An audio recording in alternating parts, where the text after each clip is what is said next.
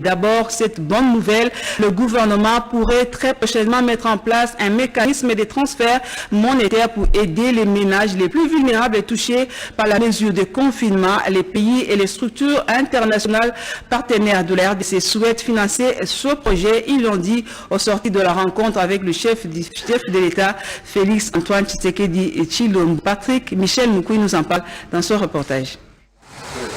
Geste barrière strictement observé, les 19 ambassadeurs de pays amis et partenaires traditionnels de la RDC prennent place pour une entrevue qui va durer près de 2 heures avec le président de la République. Ce qui sera décrit par ce diplomate associé à l'Union européenne et à la MONUSCO comme un moment de solidarité et d'appui sanitaire a aussi et très largement exploité l'aspect financier de l'assistance de ce groupe de partenaires à la crise sanitaire dans le pays.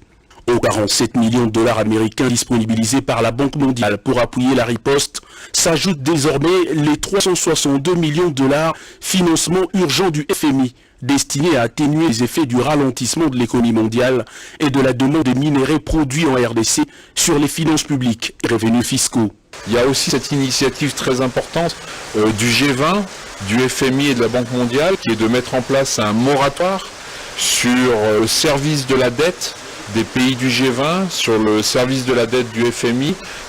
pour les prochains mois de l'année 2020, qui va contribuer aussi à significativement alléger le fardeau